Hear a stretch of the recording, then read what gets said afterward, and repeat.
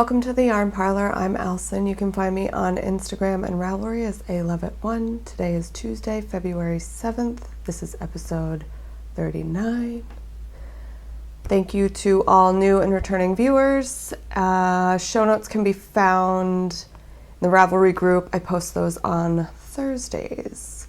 This is my podcast about knitting, spinning, and knitwear design. It's been 3 weeks. That was very, very long. A little bit too long. I'm excited to get back to filming. The yarn is back. I'm back. You're back. One thing I forgot to mention last episode when I went over or mentioned my 1 year anniversary is a huge thank you to you guys. I don't know what I was thinking, because if it wasn't for you, I would not be podcasting. I would not be here. I would not be doing CALs. There would be no Ravelry group. So thank you very much to all of you who return, who watch the show, who subscribe to the podcast, who join in the CALs, who go over to the group and introduce yourself. Thank you very much for enjoying what I've been making. So now on with the show. Today I will be talking about my Swatch challenge, trends, knitting whips. I have a couple acquisitions to show you. Oh, I have some FOs to go over. And spinning. So before I start all that, I wanted to announce the winner for the January sock cal. Thank you to everybody who joined and participated and commented and knit socks. I enjoyed it a lot, so thank you for joining in. And the winner is Amber Lomette, post number 25.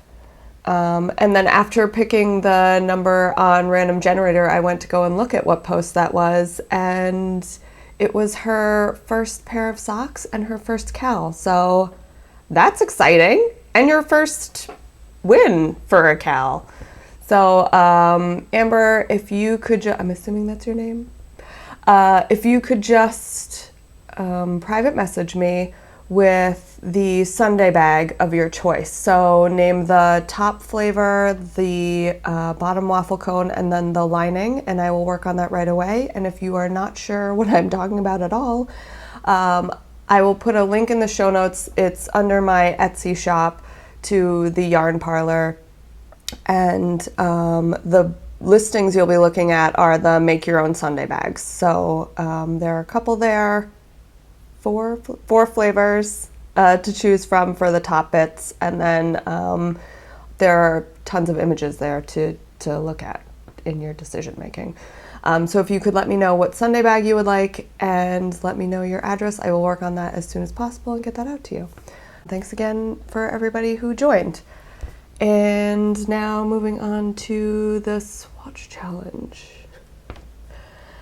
Okay, I say it that way because I did not work that much on my January swatches, and I'm still working on my December swatches. So I will be showing a lot of swatches next month. So I got really into finishing my socks and working on those, and this swatch challenge just wasn't my exciting moment for this month, so it kind of fell a little bit short, but I will still be working on those.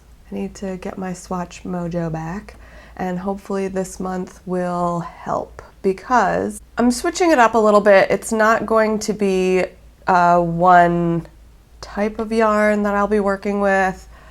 It's all about color, and in fact that's my inspiration word for this month is color. So I'm going to be working with a lot of different colored yarns and just doing a lot of different swatches. So in the past I've talked about how I kind of have a problem with visualizing colors together until I'm knitting with them, and so I just wanted to kind of create this color exercise using loads of different colors. And so I will show you a couple of the combinations that I have kind of pulled so far. I'll go over yarns when I go over the swatches, because I actually just want to have this be like super creative and colorful and fun to get my swatching mojo back. So I'm not even sure if these are ones that I will continue with, but to give you an idea of what I'm talking about. So these are a couple cashmeres that I picked, and I wanted to play around with the contrast of the white and the dark blue. And also one is lace and one is more of a sport or DK. So I wanted to also play with the thicknesses or weights on this one. These two were another set that I picked to work with, some greens. And then of course I dropped one.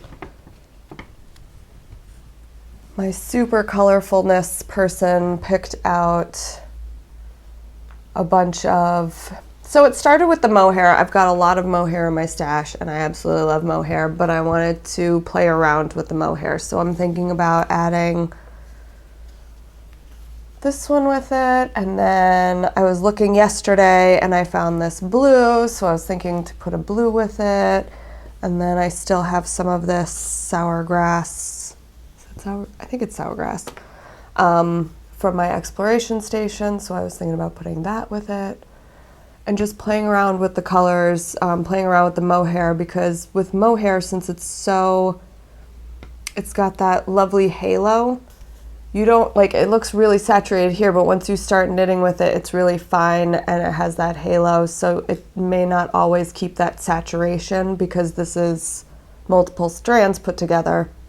So I kind of wanted to play around with, if I had a blue underneath or if I had a yellow underneath, what would the color start to almost turn into? What would it start to look like? So yeah, just playing around with color is my main key for February's swatch challenge. And for the swatches, it won't be 3 swatches of each colorway. It's literally just going to be whatever inspires me, whatever I want to play around with. And then, like I said, these might even change. I might come up with different color combinations, might pull from the ever-growing stash. And so we'll see. We'll see what happens. I will have a lot of funky swatches hopefully to show you in March. And it'll be 3 months worth of swatch challenge as well. I need to catch up on those because I enjoy the swatch challenge and I don't want to get behind. I'm already behind. I don't know why I just said that. Moving on. So trends in hand knits that have been popping all over is the pussycat hat. I'm sure you've seen one. Whether you love it or you don't love it, it has caused yarn stores across America to run out of pink yarn.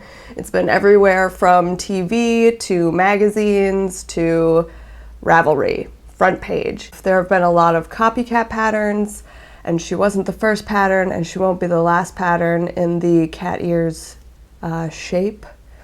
But you definitely can't deny that it is more popular than the messy bun hat, which I'm not even sure how that became trending, the messy bun hat, but the pussycat hat is definitely the top of the charts. Another thing that's been trending for the yarn community is Yarn Love Challenge on Instagram. Check out the hashtag. It's everywhere. It's a challenge.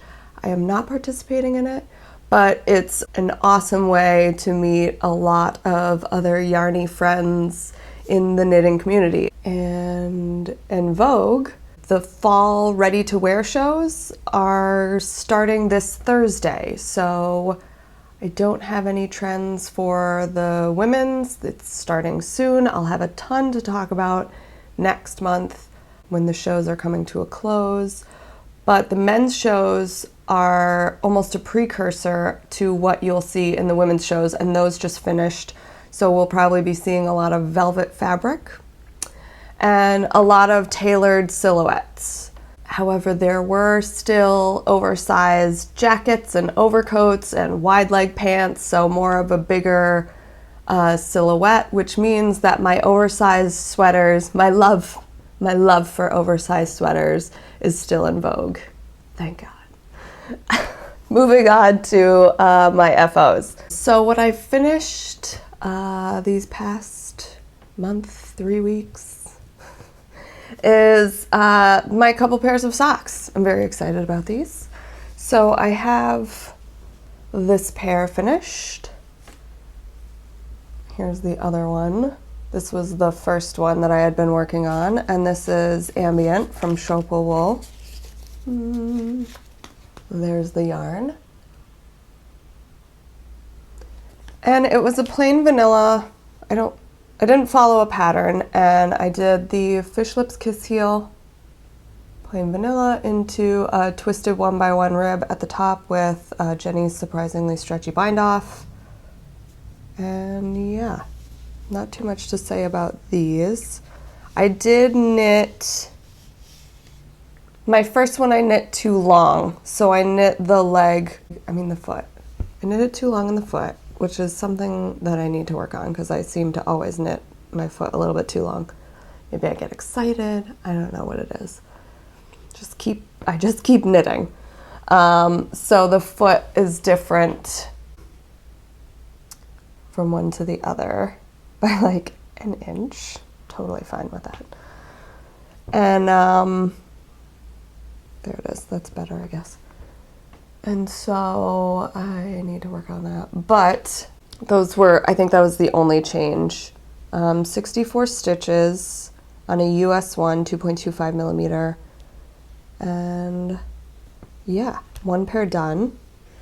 The second pair that I finished, these aren't blocked. I wove in the ends, actually. Good for me, because I never generally weave in the ends.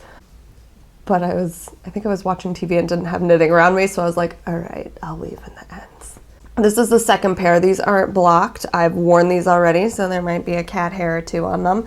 But this is the Vanilla is the New Black pattern. And this one is my second sock, finished. Here's the first. And this yarn is 3 Irish Girls, Octopus Garden, in their MCN base, 80 merino, 10 cashmere, 10 nylon. And I purchased this from a good yarn company in Sarasota because it is exclusive to their store. And here's what I have left. Now, I finished these so that I could make my sister some yoga socks, so I will probably be working on those soon. And then throw in a contrast of something to finish it, because this definitely won't be enough for yoga socks. So after wearing these, now this yarn is already fuzzing up, so they may just be really fancy house socks. I did short row across the foot here to try and take out some of the fabric that bunches up on my instep right here, and it worked. But here's my problem with hand knit socks now, is that at first I thought that the thickness would be too weird of a difference from store-bought socks for me.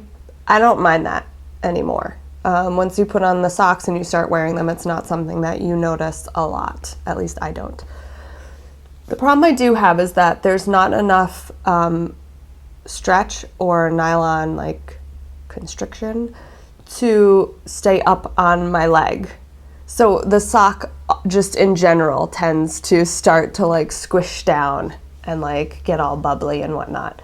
So I don't know if maybe I'll try and knit I'm already at a pretty small needle. So I'm thinking I might try to switch to less stitches to try and make it a bit tighter on my foot and leg. But I feel like they just stretch out too much, even during the first wear. So that's what I'm dealing with right now with socks. I enjoy wearing them. I love them. I love the colors that they knit up. I wear them with my crop pants so that you can see 2 inches of the colorful sock. But yeah, the fact that they just grow so much during one wear, I'm I'm not a fan of that. This heel, I am also not a big fan of. It just makes the foot fit a little bit weird, so I probably won't be knitting this pattern again. It was an interesting construction, and I wanted to try a bunch of different heels to get answers like this, whether I want to wear it again or not, knit it again or not. But it just makes the whole foot go a little bit wonky with this ribbed bit here. So, oh well. I love this yarn. It's amazing. I love the color. I want more. And the last project that I have finished, it's a little bit of a cheater because it's not blocked and the ends aren't woven in, but it's the baby sweater, and I'm so over this sweater. I'm sick of showing it to you and talking about it and working on it. I love this sweater. I love this yarn. I'm excited to start the hat. So I'm showing it to you now with ends and all because I just want to stop showing it on the podcast. But this is the Simon and Simona baby sweater by Elena Nodell.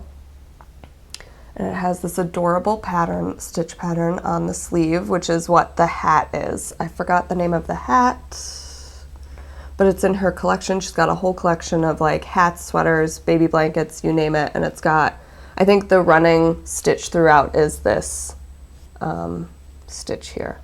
So I used Rowan Soft Yak DK in this gray colorway. I used US 6 needles, which I think is what it's called for, and then the trims are a 3, I believe. And it's got this garter step in the front, and I made some modifications.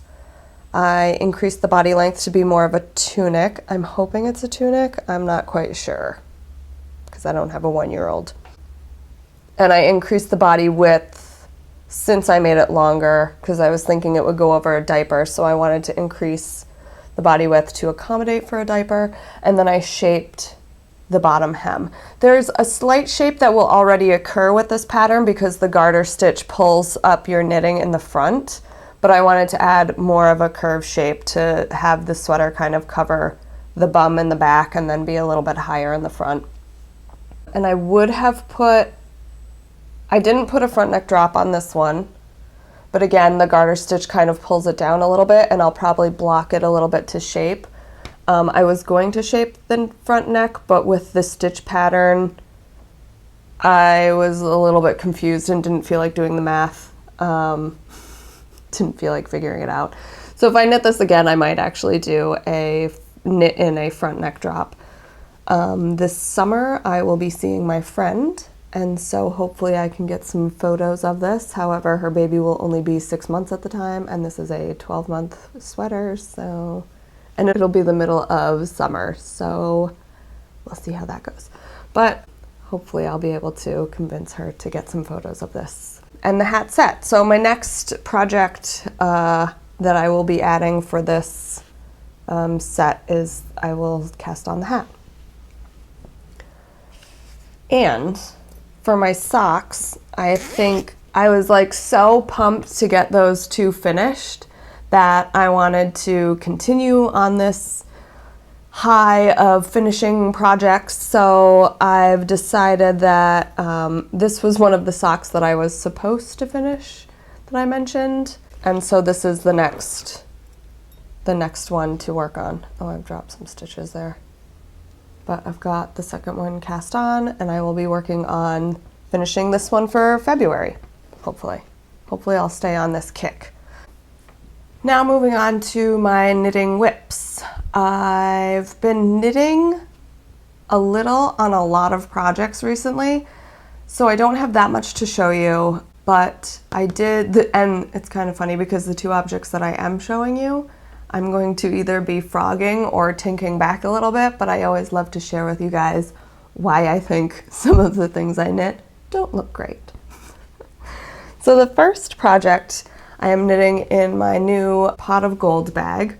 This one's in the shop right now as a limited edition only because it's kind of a pain to actually make.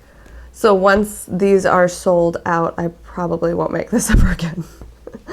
But I've got my little gold Swarovski sparkly, and it's for the rainbow along because it's got rainbows and I love it. And when I start knitting and have progress, I'm going to be using my Suker Miniatures, I think it's Rainbow Sherbet or Rainbow Ice Cream Progress Keeper. And I'm using, so I finished spinning my Hobbledehoy Batlings Better Days, which is what I'm using for the rainbow along, which is being held by Diane from Suburban Stitcher podcast. I think it's on the 4th year of, this is the 4th year that she's held the rainbow along Cal. So I cast on a, what is it called? Evening in Venice shawl. This is for a bulky weight, but I really like the simplicity of it because I'm knitting this for a friend who saw my Romney kerchief.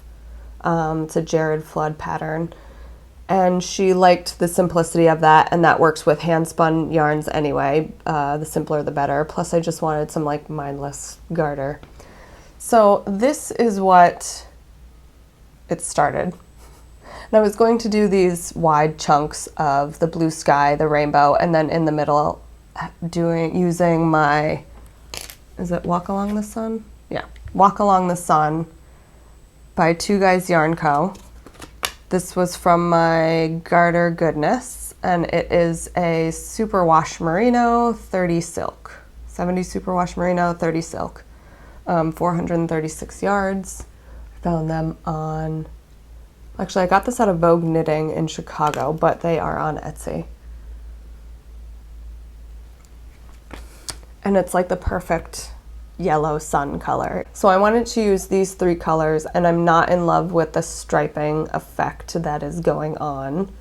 Now I want to do more of a color blocked pattern. So I need to find that. But I wanted to show you why I didn't like this.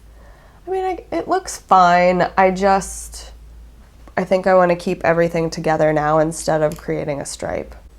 I'm absolutely loving knitting with my hand spun, and I've noticed this winter that I've been gravitating towards wearing my hand spun shawls versus my commercial yarn shawls, which is a lot of fun. I really love knitting with my hand spun. So I just need to find a new pattern.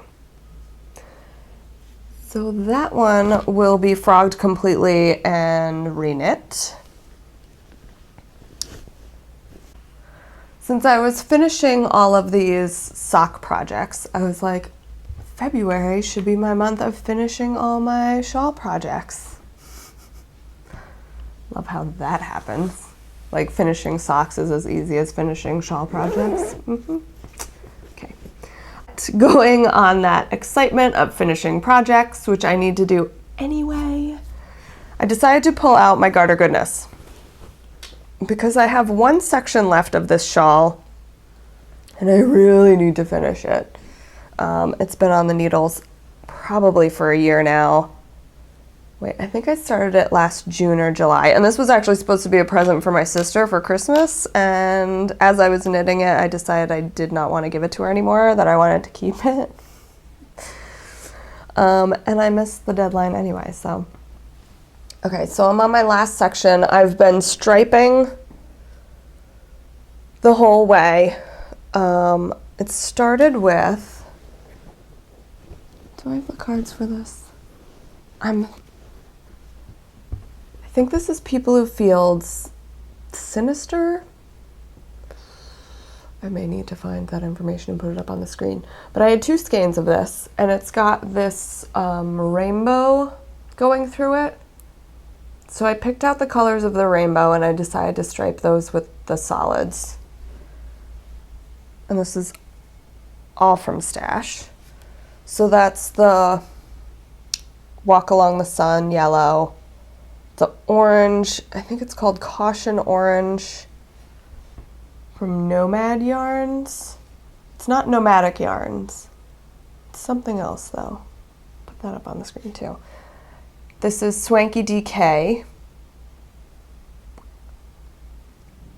I don't remember the company. And I wasn't planning on going over the yarns, that's why I can't remember any of them. It's been a while. And then this green is Be Sweet Skinny Singles, which I was holding double. And I don't like the green. It's too dark, first of all. I need it more of like a teal. It's a very dark, like foresty green teal, kind of. And it's just too dark. It brings down all of the bright colors of the yellow, bright orange, bright pink, and then it's like dark teal. And it doesn't quite match. Now I know it doesn't need to quite match the rainbow in the Sinister colorway, but I want to keep it bright and poppy. So I want to change this green. And also, I'm not in love with going back to the skinny stripes. I was going to go back to just 2 rows of the green and then 4 rows of the Sinister. But after all of these, like the stripes just kept on increasing in height, and then I went back to a single, and I'm not in love with that idea neither. So I'm gonna rip out to here, to where the green is. I'm gonna have to put this back on hold and find some teal yarn. So, good thing I have plenty of other shawl projects that are casted on that I can, you know, finish in the month of February. So, which I'm kind of upset about because I was really excited to finish, but once I find those problems, I'm like, not gonna like it, not gonna wear it. And if that's the case, why am I knitting? I love to knit, but I also like to be able to wear the projects and not be like, but that one little thing is just not right for me. Knitting a sock 1 inch too long, not a problem. The color combinations drive me a little bit nuts. So that's put on hold until I find a teal, which shouldn't be too hard. Moving on to fiber acquisitions. Before I start showing my acquisitions, I actually wanted to mention a new to me yarn company that I found basically an hour ago when I was looking up teal colors on Etsy for my garter goodness. And that is Lighthouse Yarns with Sarah, or the dyer is Sarah. I found her on Etsy, but she does have a website as well. And right after I film this, I'm going to buy some of her yarn. I am super pumped. Her colors are gorgeous. I loved every single one of them. I pretty much put like $400 worth of yarn in my cart. Gonna have to whittle that down. But on her Etsy shop, she just puts up one skein of each colorway. But if you go to her website, she'll have possibly more. On to purchases that I've already made and have acquired. Sorry, I should have probably taken them out of the bag before starting. I ordered some yarn from Snail Yarn. This is the first color that I spotted. I actually spotted this on her Instagram. I don't know what it is. I love it. I love this pastel-y, mauve-y, pinky purple. It's gorgeous. And then the content, this is her baby alpaca merino, which is 50 baby alpaca, 50 merino, 400 yards to 100 grams. And the colorway is One of a Kind Mauve. So I love this. I'm pumped. I bought both because why not? Because I want to start buying larger quantities. Now I've said this for like probably 6 months now, but I want to buy quantities where I can actually knit a shawl from one color and I don't have to try and match colors because I'm really bad at it. So that will most likely turn into a shawl all by itself. It's really gorgeous. And then I saw this blue as well. This is her Basalt colorway, and this is the merino fingering 100% superwash merino for 137 yards. And I've been trying to acquire tonal and solid colors to also be able to just throw into a shawl, not having to try and match wacky colors altogether. So using this as more of like a neutral thrown into a shawl of crazy. So, and I loved it. It's a very beautiful, beautiful color. And I think her photos on her Etsy store are very true to color. I love that. Love when that happens. The next purchase I made was I have a couple things from Hedgehog Fibers. The first one is for their yarn club, but it's the December yarns. So, I mean, I'll tell you that, spoiler alert, but I think everybody probably has theirs because mine showed up extremely late. Thanks, Israel Post. And the package was like all sorts of chewed up. It was a miracle I even got this yarn. I belong to their Skinny Singles Yarn Club for December, January, February. I love their colors, so of course I love joining their yarn clubs. So this is December's, and it's Fuego and Twinkle Toes are the colors. This is Fuego and this is Twinkle Toes.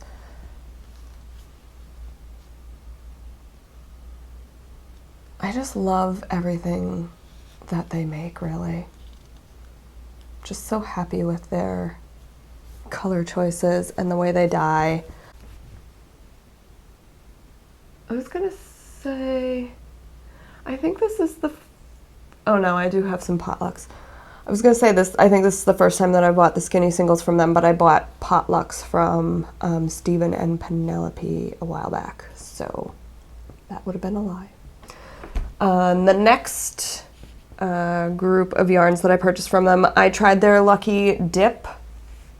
It's where they combine like 3 skeins of randomness, and so you don't know what you're getting, basically. And most of them, I think, are potlucks, is what they say. So all of these are labeled as potluck. None of these have a specific color.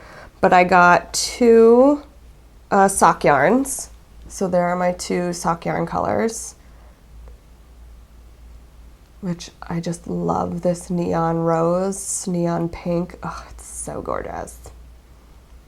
So I'm very happy with those. And then I got a cashmere. Oh, should I go over fiber content? I kind of forgot to do that. The Skinny Singles are 100% merino wool, and their sock yarn base is 90 superwash merino and 10 nylon. And the cashmere merino is 50-gram skein of 50% cashmere, 50% merino, and this is the color. So again, it's got those pops of fluorescent rosy orange, and then it's got like a navy on a soft pink base. I love this. So I'm really happy with the random Lucky Dip thing that I bought, and the price is pretty right on those, so I totally recommend doing that. I mean, I guess with things like that, it's kind of like you'll buy them until you're unhappy with it, but I don't really see myself being super unhappy with anything that Hedgehog Fibers does, so I will take a gamble any day on their blind packages and club yarns. And my last acquisition to show you is I purchased some Ply magazines because I've heard great things about them and the information that they put in their magazines. So I did a 1-month subscription, and then I bought 3 copies. So I've got woolen, worsted, and singles. How long have they been doing it? I think they started in 2011. And you can buy all of their back issues, and I've heard nothing but good things from this magazine. I've kind of flipped through one of them, and I like what I see so far. So I'm really excited about that, and I should be getting one, I think it's 4 a month or 4 a year. Is it quarterly? Or maybe it's 3 a year. I don't remember. But I've got a subscription to them now, and I'm very excited to grow my Ply Magazine library. That's it for my acquisitions. I think that's enough. That's enough for today. On to spinning. I've been working on my Sweet Georgia and Fleece Artist plying, because plying takes so long. Ugh. So this is the Sweet Georgia fiber that I purchased, and it is the colorway Cayenne. It's BFL silk. And it's really gotten me excited to work with BFL again. I learned on BFL, I didn't like it, but I also didn't know about redrafting and spinning at all. So this is 75% BFL, 25 Tessa silk, 100 grams. From Sweet Georgia. And here is my 2-ply. I think there's a hair in there with my hair in it. And I was going for a fingering weight.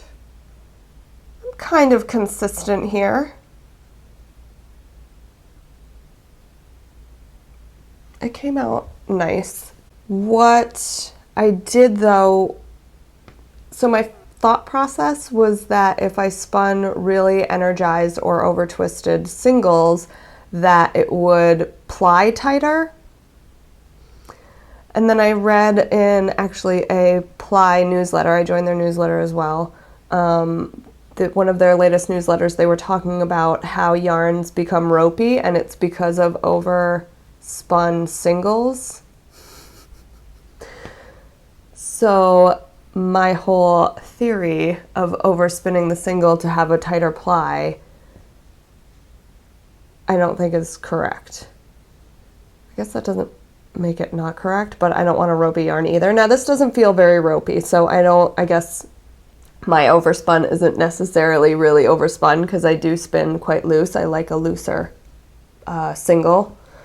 But it was annoying for me to actually overspin it. Like, I had to be mindful of overspinning my singles, so if I don't have to overspin them, I'm not going to, is what I'm getting at. So I am just going to spin normal singles and ply them from now on. Hopefully that won't change this too much. I don't think it will, but I'm happy with what I've produced here. And these are going to get paired with the, what is it? Fiber Artist? Fleece Artist. This Rivulette sliver that I picked up at the same time from Knitty City. And I want to knit the abalone shawl. So here's those two in fiber form. I love that so much. I'm very excited. I almost want to start knitting the shawl before finishing spinning, but I'm going to try and hold off for as long as I possibly can. The second spin that I've been working on is from Classy Squid, because why not? And these are her fishbowl baby bats. Organic Polworth, Falkland, BFL, Silk, Nylon, Firestar, Silk Noil, and Angelina. I think I have 4 ounces in total. Oh, let me just show you the content. I've been spinning actually both of these, the Sweet Georgia and these fishbowl baby bats on my Bosworth spindle. I need to start keeping a log of what spindle I use with what fiber, because with me and how I need to have 40 projects going at once, I forget what spindles I use. So I need to start either writing this stuff down or saying it on the podcast so I can go back to the podcast that I showed it in and I use my Bosworth. That's a reminder. So what I've been doing, the bats are kind of broken up into this pinky orange being the major color in like green yellow craziness, or purpley blue. So I've been spinning each of these into singles and then plying them together. And I did a largish sample. I love this so much. It's like Easter on LSD. There's just so much stuff in here, and the colors are so fun and spring and sparkly. There's so much sparkle. I love it. I love the way that this yarn is coming out. This is the single of the orangey pink, and it's just so textured because there's so much stuff in it. This is why I love spinning. I love this yarn, everything about it. So here's my 2-ply, and I'm spinning them fairly thin, and I thought as I was spinning the singles thin, I was like, this is not gonna look right. I should have made this more of like a chunky, textured art yarn. I don't think this is gonna look right. And then as I'm plying it, I'm like, this is amazing. I just love the way that it came out. So this is what I will continue doing. It's thick, it's thin, it's not super consistent, but the colors just look great. I'm so happy with this. It's so cool. So I'm very excited about that. I've got 4 ounces of these to work with. And that's it for this episode. I will see you in 2 weeks on February 21st, where I will be showing my knitting and spinning whips and talk about my, have another fit segment. I will talk about balance in a garment. And I'd just like to say thank you to everybody who left a comment about my last fit segment. I wasn't sure how that was going to go, and I heard from a couple of you that you enjoyed it, so thank you very much for commenting and letting me know that you enjoyed it, because that could have gone either way, really. And I'm just happy that a couple of you enjoyed it, and maybe you'll stick around. I'm always going to put it at the end of the episode so that if you just want to stick around for, or if you just want to see the knitting and spinning parts, you just have to do that. You don't have to stick around for the fit segment, but if you want to, thank you. Thank you just for commenting about that. It means a lot to me. So I will see you in 2 weeks. Thank you for joining me. Bye.